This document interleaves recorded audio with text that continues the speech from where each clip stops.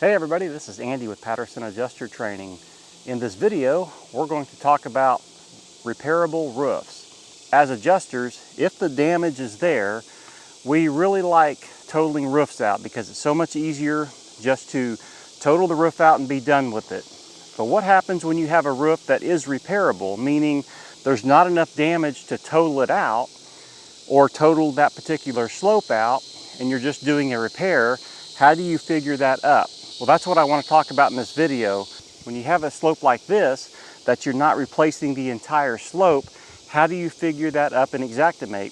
So now I want to jump into Xactimate and show you how to figure that up. Okay, so let's look at this house here. This is probably a pretty standard looking house in a lot of middle-class neighborhoods. So you've got a hip extension here and a gable extension here. So before we jump into our example, our scenario is going to be, we have a laminate roof and the carrier says we need 8 hits per square to total this roof out. Currently, on this hip roof, we have 3 hits per square. We don't have enough to total the right-facing slopes. So how do we figure that up? Well, first of all, we need to identify the right-facing slopes. So this slope here, the F4 and the F7, are both right-facing slopes. If this right-facing slope was 100 foot even, then we would only need to replace 3 shingles. But we know, obviously, that it's not just 100 square feet. So what we need to do is come up here to our F4. It's 4.8 squares. Our F7, which is our other right-facing slope, is 1.3. We need to add those together. When you add our F4 and our F7 together, it's 4.8 plus 1.38 equals 6.18. So there's 6.18 squares.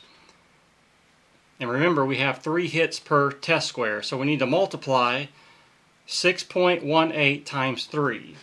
And when we do that, we get 18.54. And we're going to round that up to 19 because you can't replace just half a shingle. And so what we're saying is, if we have 3 hits in our right-facing test square across all of our right-facing slopes, we're going to have 19 shingles that we need to replace. So on your estimate, when you're not totaling a roof completely out, the best way to do that is to use headers. And let me show you what I mean by headers. So on this particular roof, we did not find enough hail damage to total everything out. I'm sorry, roofing salespeople, don't mean to hurt your feelings, but yes, there are some roofs we don't total out. We would love to total every roof out, but so on this roof here, the roof is not a total loss. We're not just dropping our line item for squares on the entire roof, so we got to break it up. Here's our right-facing slopes, and here's our quantity, which is 19. So if we look at our line note for our right-facing slopes, it says right-facing test square revealed 3 hail hits per square.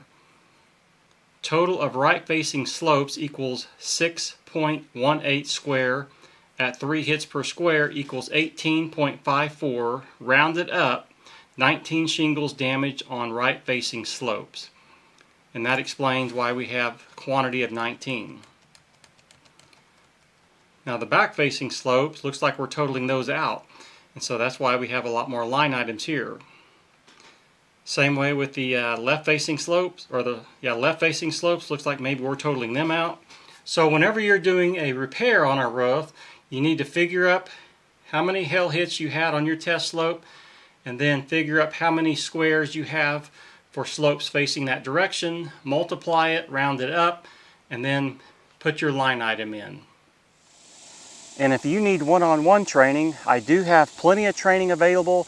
It's one-on-one training at this house. We're doing actual inspections on actual damage. It's one-on-one, and I'm showing you the things that you're going to need to know on your first or second deployments to keep you on that storm, and that way you can build your career as a new adjuster. A couple of ways to sign up.